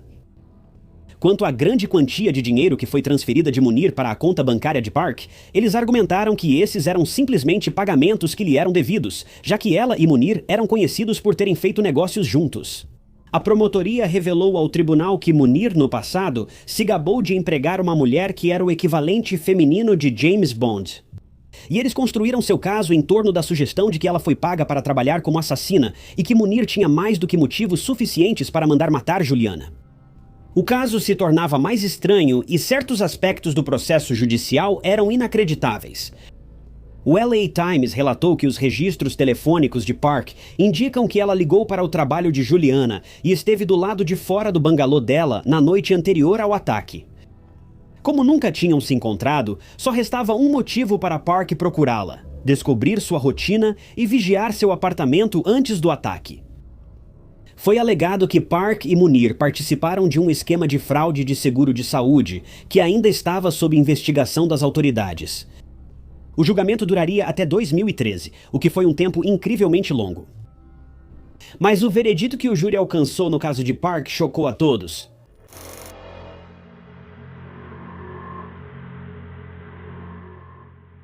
Depois de todos os procedimentos judiciais terem sido realizados, o júri considerou Kelly Sue Park não culpada. Amigos e familiares de Juliana presentes ficaram indignados com o veredito e gritaram que ela sabia que era culpada e que algo deu muito errado enquanto era conduzida para fora do tribunal. Ninguém seria responsabilizado pela morte de Juliana, e o único homem ligado a todos os envolvidos no caso nem seria interrogado, pois não podia ser localizado. Esse veredito, por motivos óbvios, deve ter sido devastador para a família dela, que comentou apenas por nota escrita, expressando tristeza e choque pela justiça não ter sido feita. Pior ainda, o Líbano não tem tratado de extradição com os Estados Unidos e protege seus cidadãos, então, enquanto Munir estiver lá, nunca será julgado por suas ações. Eles acharam incrível que tantas provas contra Park e Munir não bastaram para condená-los.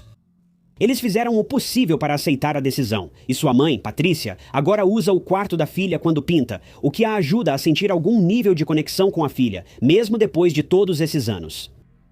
Ela afirma que usa a arte como válvula de escape, produzindo melhor quando está emocionada. Às vezes, ela sente como se ela e Greg, junto com o filho Patrick, ainda estivessem presos em 2008 quando o ataque aconteceu, já que ainda acham difícil acreditar que Park e Munir saíram impunes. Felizmente, ela encontrou novo significado para a vida, lembra da filha pela arte e, após superar o câncer de mama, passou a buscar o lado positivo de cada obstáculo. Quanto a Munir, acredita-se que ele se reuniu com sua verdadeira família no Líbano após fugir dos Estados Unidos. Hoje, ainda afirma ser inocente no caso. Ele nunca foi acusado ou sequer interrogado. Ele foi detido na Alemanha em 2015, quando suspeitaram que estava cometendo fraude médica, mas nada resultou disso. Alega-se que ele deixou um assistente, sem formação em medicina, realizar cirurgias, embora garantisse aos pacientes que ele mesmo faria os procedimentos. Mais de 20 pacientes dele se manifestaram para relatar que ficaram com danos permanentes como resultado disso. Por motivos desconhecidos, ele foi solto e viajou de novo ao Líbano, onde voltou a ser suspeito de fraude médica. Park também foi presa em 2015 no caso alemão, quando foi descoberto que ela estava envolvida. Ela foi acusada de conspiração, mentir para pacientes, desfigurar pacientes e realizar cirurgias mal feitas, além de fraudar companhias de seguro em 150 milhões de dólares. Ela foi liberada após pagar fiança de US$ 1,5 milhão e novamente escapou da polícia. O caso de Juliana não tem final feliz nem respostas fáceis. A família dela tentou protegê-la de Munir ao descobrir sua vida dupla. Mas no final ele saiu impune, sem nem sequer uma advertência. Alguns podem considerar este um caso não resolvido, mas acho que todos nós sabemos a verdade aqui. Às vezes, o sistema de justiça simplesmente falha com aqueles que confiam que o devido processo vai prevalecer, não importa a quantidade de provas sólidas apresentadas. Esperamos que lições sejam aprendidas e que falhas semelhantes não se repitam no futuro.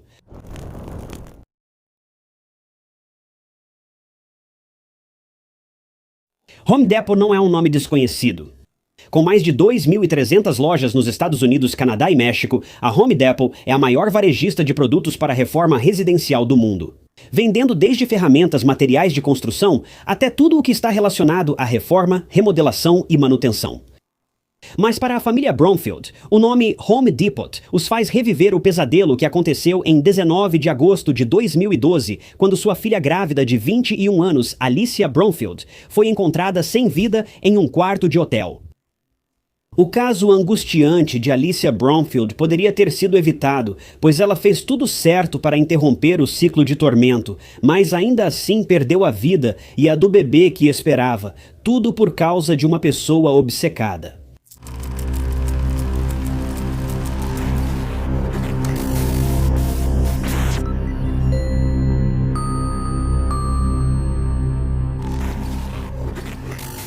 Bem-vindo ao True Crime Stories. Se você é novo por aqui, eu sou seu apresentador, Ty Knotts, e trago novos documentários de crimes reais toda semana. Então, se você prefere ouvir histórias de crimes reais contadas por uma pessoa de verdade em vez de um robô, aperte o botão de se inscrever. Não custa nada e você fica sempre por dentro dos meus vídeos mais recentes. Alicia Bromfield nasceu em 28 de agosto de 1990, filha de Sherry e James, em Joliet, Illinois. Alicia tinha uma irmã, Brianna, e 3 irmãos, Luke, Chase e Colton. Alicia era definida como uma criança feliz, enérgica e alegre. Na infância, era muito ligada à família, principalmente à mãe e à avó. As duas mulheres sempre presentes na vida dela amavam Alicia profundamente. Tragicamente, a avó de Alicia faleceu pouco tempo depois, e como você pode imaginar, Alicia ficou arrasada.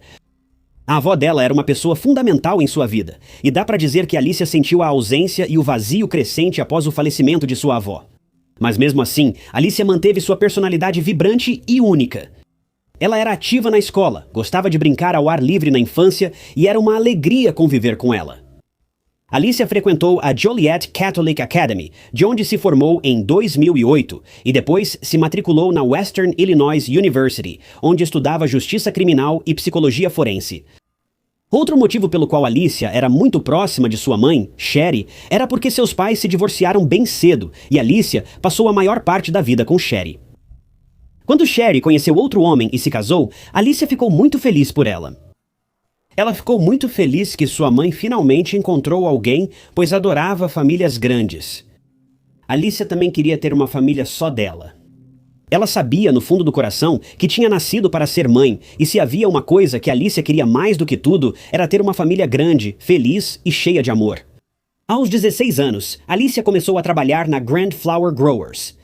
Ela fazia arranjos de flores de tirar o fôlego, e eles eram vendidos no Home Depot perto dela.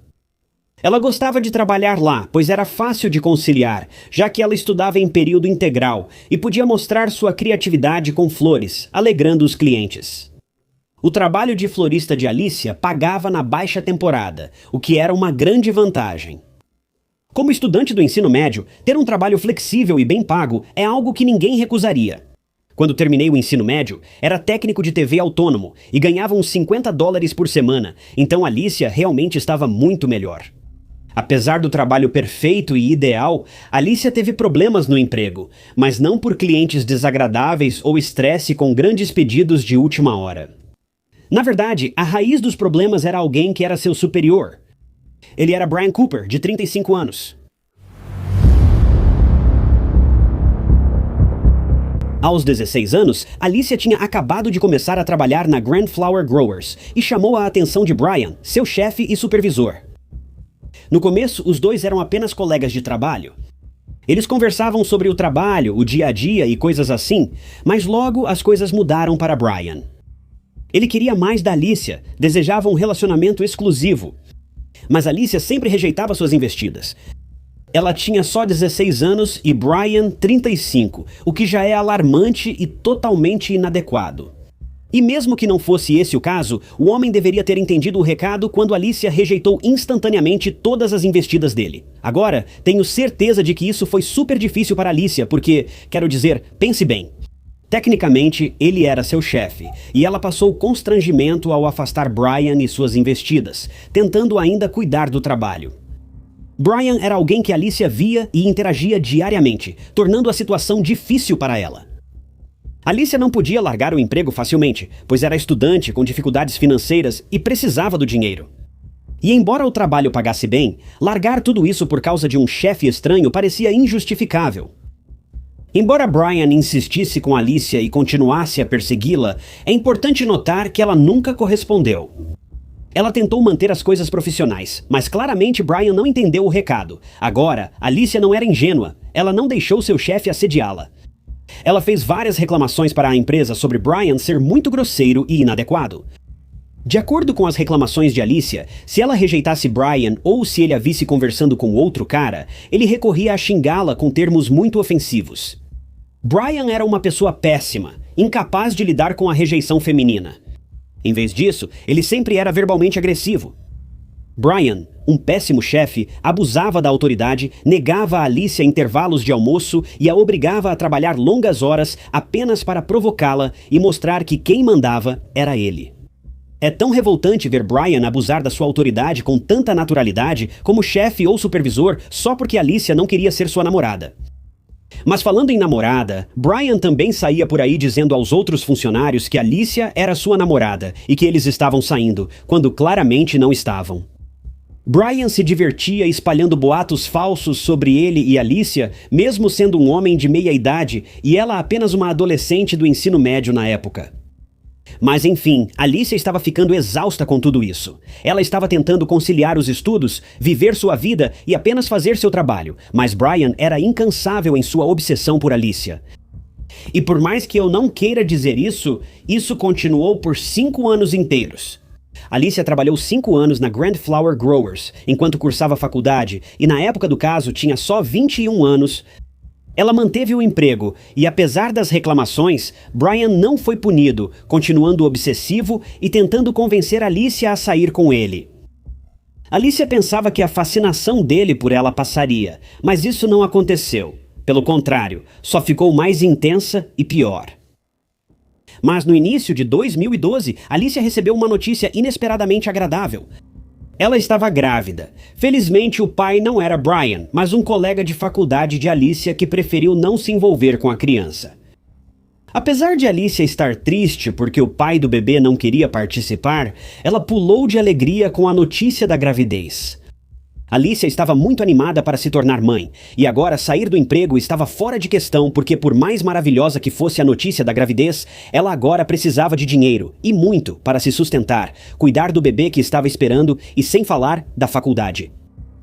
Meses depois, Alicia soube que teria uma menina, e já havia escolhido o nome, Ava Lucille. Alicia tinha uma conexão forte com Ava, como acredito que muitas futuras mães têm. Ela só contava os dias para conhecer sua nova mini-versão. Mas Alicia foi arrancada do encantamento da gravidez por ninguém menos que Brian. Ele não recuou nem mesmo depois de saber que Alicia estava grávida. Se algo mudou, ele ficou ainda mais mandão. Mesmo com Alicia grávida, precisando de consultas e ultrassons, Brian exigia horas extras, mudava seus turnos de surpresa e chegou a ameaçar demiti-la se faltasse um dia. Durante todo esse tempo, ele insistia nela, ignorando todas as recusas de Alicia. Brian chegou a forçar Alicia a fazer favores para ele, como passear com seu cachorro. Se Alicia dissesse não, então Brian ameaçava demiti-la. Brian sabia como manipular Alicia. Ele se aproveitou do desespero dela porque Alicia precisava do dinheiro mais do que nunca, e ela não podia de jeito nenhum largar o emprego quando estava a poucos meses de dar à luz. Como as reclamações contra Brian não tinham efeito, ele ficava mais implacável e certo de que faria Alicia obedecer sem consequências. A alta administração apenas pediu que Brian saísse mais cedo do trabalho para evitar contato com Alicia e frequentasse cursos de controle de raiva, o que ele não fez. Alicia estava tão cansada desse comportamento que chegou a desabafar com a mãe sobre tudo isso, e Alicia fez tudo certo. Ela não saiu do emprego por Brian, mas reclamou dele para a diretoria, esperando que levassem a sério. Mas infelizmente não foi o que aconteceu. Avançando para agosto de 2012, Brian foi até Alicia e exigiu que ela fosse ao casamento da irmã dele com ele. Acho que ele queria companhia e achou que forçar Alicia seria uma boa forma de irritá-la, mas Alicia não quis ir e recusou. Mas o que Brian fez? Ele deixou ela em paz? Claro que não. Ele ameaçou novamente e disse que, se ela não obedecesse, seria demitida. Essa ameaça imediatamente encurralou Alicia. Era uma situação de tudo ou nada para ela. Ou ela se casava logo com seu chefe assustador, ou perderia o emprego e teria que passar as últimas semanas da gravidez procurando trabalho. Quando Alicia contou esse incidente para sua mãe, Sherry, ela imediatamente aconselhou a filha a não ir e simplesmente largar o emprego. Mas Brian disse a ela que todos da festa de casamento ficariam no mesmo hotel que ele e Alicia, então não havia motivo para preocupação. Brian se comportaria bem e não incomodaria Alicia. Ele só queria levá-la ao casamento da irmã dele como amiga. Então essa informação foi meio que um alívio para ouvir tanto para Alicia quanto para Sherry. E no final das contas, Alicia concordou em ir com Brian, embora tenha deixado bem claro que só iria com ele como amiga, e parte do motivo pelo qual ela aceitou em primeiro lugar era que ela não ficaria sozinha com esse cara estranho no hotel. Se estivesse insegura, avisaria alguém da família dele. Brian ficou eufórico quando Alicia a aceitou, e em 18 de agosto, os dois foram para Wisconsin para o casamento. Eles iam para o Sand Bay Beach Resort, e até onde Alicia sabia, ela esperava que toda a família Cooper estivesse lá. Mas isso estava longe de ser verdade. Assim que Alicia e Brian chegaram ao hotel, ela teve a primeira surpresa do dia ao descobrir que eles estavam hospedados em um hotel completamente diferente, sozinhos, e não havia ninguém do casamento lá.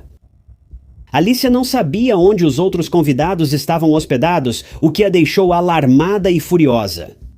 Sherry contou que Alicia mandou mensagem no mesmo dia dizendo que brigou com Brian e que estavam voltando para casa.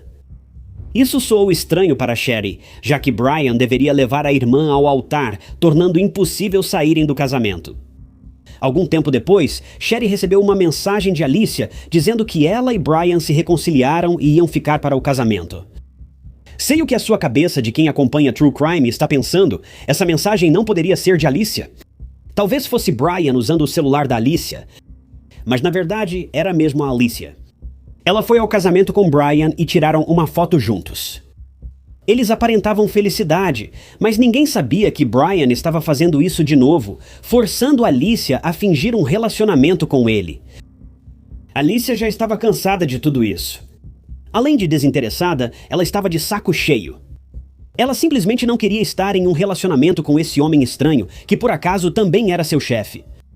Alicia encerrou dizendo que tinha acabado. Assim que o casamento terminasse e eles voltassem para Illinois, ela nem manteria a amizade profissional com ele. E dá pra culpá-la? Brian a importunava há mais de 5 anos e Alicia já estava de saco cheio. Mas não era como se pudesse simplesmente ir embora. Ela estava em Wisconsin. Brian a levou e ela precisava dele para voltar. Quando o casamento terminou, essa foi a única forma dela voltar para casa. Isso deixou Brian bravo com Alicia. Ele percebeu que ela não toleraria mais seu comportamento e não teria mais chance de persegui-la ou incomodá-la. Brian realmente deixou ela em paz, mas durante toda a noite ele ficou emburrado, remoendo toda aquela raiva e fúria sem controle, e para piorar, ele também começou a beber. Finalmente o casamento terminou, e Alicia e Brian voltaram para o hotel. Agora dividiam o quarto, mas com camas separadas, como se isso bastasse para Alicia se sentir mais segura. Tenho certeza que Brian a obrigou a dividir o quarto, e Alicia faria de tudo para não ficar sozinha com esse sujeito nojento. Mas Alicia estava exausta, grávida de quase 7 meses. Passou o dia de pé, lidando com as palhaçadas de Brian, e só queria dormir um pouco. Alicia e Brian partiriam no dia seguinte, e ela só contava os minutos para voltar para Illinois. Será que Brian sentia o mesmo? Bem, não. Ele temia o dia seguinte, sabendo que seria a última vez que poderia importunar ou controlar Alicia, o que o enfurecia. Ele estava muito bravo com Alicia por rejeitá-lo, não corresponder e afastá-lo. E infelizmente isso teria um desfecho assustador. Brian sentou-se no sofá, com uma bebida na mão, e ficou observando Alicia dormir por quase 2 horas. Como último recurso, ele acordou Alicia e a convidou para sair mais uma vez. Quando Alicia disse não, foi aí que Brian não conseguiu mais controlar sua raiva crescente. Não foi a última coisa que Alicia disse antes de seu trágico e inevitável fim. Brian se deu apenas 1 segundo antes de se lançar contra Alicia. Ela acordou obviamente assustada, mas Brian foi implacável. Ele estava pronto para acabar com a vida de Alicia com as próprias mãos. Alicia lutou para respirar e até implorou pela vida do seu bebê, mas foi inútil, e tragicamente Brian conseguiu tirar sua vida. Ele não só matou o objeto de sua obsessão incurável, como também matou o inocente bebê ainda não nascido no ventre de Alicia, o que é simplesmente horrível e cruel. Não consigo imaginar o que Alicia sentiu nesses momentos finais. Ela estava prestes a ir para casa em apenas algumas horas, mas ela e a bebê Ava foram atacadas sem piedade por um homem que simplesmente não aceitava um não como resposta. Se assassinar Alicia já não fosse horrível o suficiente, Brian ainda se aproveitou de Alicia já sem vida e até tirou fotos do corpo dela, o que é simplesmente perturbador e nojento. É de partir o coração e inacreditável que Alicia tenha sido humilhada assim após sua morte. Mas depois do ato horrível contra Alicia, Brian adormeceu na banheira. Na manhã seguinte, Brian considerou tirar a própria vida para escapar da lei e tentou se afogar, mas não conseguiu. Foi então que ele decidiu relatar o incidente à polícia. Para isso, ele foi até um posto de gasolina próximo, ainda molhado da banheira, e todos o olhavam incrédulos. Ele pediu ao caixa para ligar para o 190 e relatar um assassinato. E quando a atendente perguntou quem havia cometido o assassinato, Brian respondeu calmamente: "Fui eu fiz isso." A polícia chegou à loja de conveniência em poucos minutos, prendeu Brian no local e o levou para a delegacia. Lá, durante um interrogatório, Brian confessou tudo. Ele disse que ele e Alicia tinham um relacionamento e queria exclusividade, mas Alicia não. Ele afirmou que evitou investidas porque Alicia estava grávida de outro homem, o que é mentira. A única verdade na declaração de Brian foi o motivo para tirar a vida de Alicia e do bebê que ela esperava. Alicia não queria mais nada com ele. Enquanto isso, vários policiais foram até o Sand Bay Resort e assim que entraram no quarto de Brian e Alicia, ficaram horrorizados. Alicia estava deitada sem vida na cama. Seu corpo estava coberto por um lençol e um travesseiro havia sido colocado cuidadosamente sob sua cabeça. Brian havia feito isso antes de sair do quarto. Agora, a polícia precisava informar a família de Alicia sobre a trágica morte dela e do bebê. Sherry recebeu a visita de um policial e logo percebeu que algo estava errado. Sherry soube da morte de Alicia e da investigação policial por homicídio e nesse momento ela desabou. Ela sentiu dor e luto consumindo seu corpo, emoções que viraram culpa. Sherry sentiu que falhou como mãe em proteger a filha. Ela sentiu que falhou em proteger Alicia do homem que se tornou assassino. Ela sentia uma mistura tão complexa de emoções que nem palavras descreviam e foi devastador para todos ao redor vê-la assim. Tão impotente, desesperada e arrasada por essa perda. Enquanto Brian estava preso, a polícia investigou seu passado e fez descobertas assustadoras. Primeiro de tudo, Alicia não foi a única colega de trabalho a ser assediada. Brian apalpou outra mulher e ela ficou tão revoltada que fez uma denúncia contra ele e depois simplesmente pediu demissão. Brian também tinha um histórico duvidoso de relacionamentos e chegou a prender uma ex-namorada porque, segundo ele, ela não dava ouvidos. A polícia também encontrou pilhas e mais pilhas de reclamações feitas por Alicia contra Brian e perceberam rapidamente que a alta administração não fez nada para punir ou repreender Brian. Além disso, isso é só mais uma coisa muito perturbadora e nojenta que Brian fez, mas ele tinha várias câmeras secretas em sua casa e até no quarto de hotel. Se você se lembra, Brian obrigou Alicia a passear com o cachorro dele, e para isso, ele até deu uma chave da casa dele para ela. Sempre que Alicia ia deixar o cachorro e usava o banheiro antes de sair, ela não sabia que Brian estava gravando ela secretamente. Ele até gravou ela no banheiro do hotel, e isso já é outro nível de invasão de privacidade. Esse homem não tinha nenhum conceito de limites ou privacidade, e ele só queria violar a Alicia de qualquer jeito. Então a polícia não perdeu tempo e levou Brian ao tribunal. Brian se disse inocente, apesar de ter confessado o assassinato por telefone e vídeo e seu DNA estar no corpo de Alicia e no quarto. A defesa de Brian optou por intoxicação voluntária. A defesa argumentou que Brian cometeu o assassinato em um estado de embriaguez e que se alguém fosse culpado por toda a situação era a garrafa de álcool e não os impulsos distorcidos e sombrios de Brian. A família Bromfield acompanhou o julgamento, enquanto a promotoria tentou descartar a desculpa da intoxicação dele. Segundo a promotoria, Brian estava lúcido, lembrava de tudo o que fez e pensou em suicídio antes de confessar o assassinato. Eles também disseram que Brian já tinha decidido fazer mal a Alicia durante o casamento, então a defesa não fazia sentido algum. No fim do julgamento, o júri não chegou a uma decisão unânime. Um ano depois, porém, um segundo julgamento foi realizado e os mesmos argumentos foram apresentados. Desta vez, o júri apresentou um veredito, e Brian foi considerado culpado de 2 acusações de homicídio doloso em primeiro grau.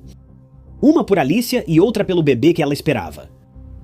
Em 27 de julho de 2014, 2 anos após o ataque fatal a Alicia, Brian foi condenado a 2 prisões perpétuas. Ele está preso na Dodge Correctional Institution, em Wisconsin. É uma prisão de segurança máxima, antes chamada Central State Hospital for the Criminally Insane.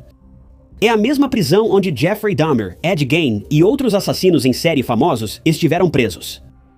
Chris Watts, o homem que tirou a vida de sua esposa grávida e de suas 2 filhas por causa de outra mulher, também está cumprindo suas 3 sentenças de prisão perpétua aqui. Então é seguro dizer que Brian não verá a luz do dia tão cedo? As mortes de Alicia e Ava foram um golpe trágico para a família Bromfield. Sherry disse que só sentia raiva por Brian, e isso dominava seus pensamentos. Após o funeral de Alicia e Ava, em 25 de agosto de 2012, Sherry decidiu transformar sua raiva em algo que fizesse todos lembrarem de Alicia da melhor forma. Então foi isso que ela fez, e o Projeto Roxo nasceu. Era o legado de Alicia. Roxo era sua cor favorita, e o projeto visava ajudar financeiramente mães solteiras, algo que ela mesma precisava e por isso não podia deixar o emprego nem o chefe desagradável. O projeto também oferece programas de apoio ao luto para pais que perderam um filho. O Projeto Roxo promove eventos como a Noite da Esperança, em homenagem ao 12º aniversário da morte de Alicia e o Retiro para lidar com o luto. Sobre o trabalho, Sherry processou a Home Depot e a Grand Flower Growers por morte injusta, pois ignoraram as queixas de Alicia e permitiram que Brian ficasse impune. Ao final, as empresas foram responsabilizadas pelas mortes de Alicia e Ava. Só podemos esperar que a família de Alicia consiga seguir em frente após essa perda repentina e trágica, porque Alicia e Ava tinham muito o que esperar da vida, mas tudo foi tirado delas em um instante. Dizer peça demissão do seu emprego é fácil, mas fazer isso nem sempre é. O assédio no local de trabalho não é incomum e isso é assustador. Mesmo que muitos locais de trabalho incentivem um ambiente saudável, sempre existem monstros por aí que podem se aproveitar do desespero das pessoas e abusar do seu poder, assim como Brian se aproveitou da situação de Alicia. Pessoal, não deixem que virem um caso de true crime. Se essa situação se parece de alguma forma com a sua vida, é preciso buscar uma saída. Você vale muito mais do que isso. E a Alicia também valia.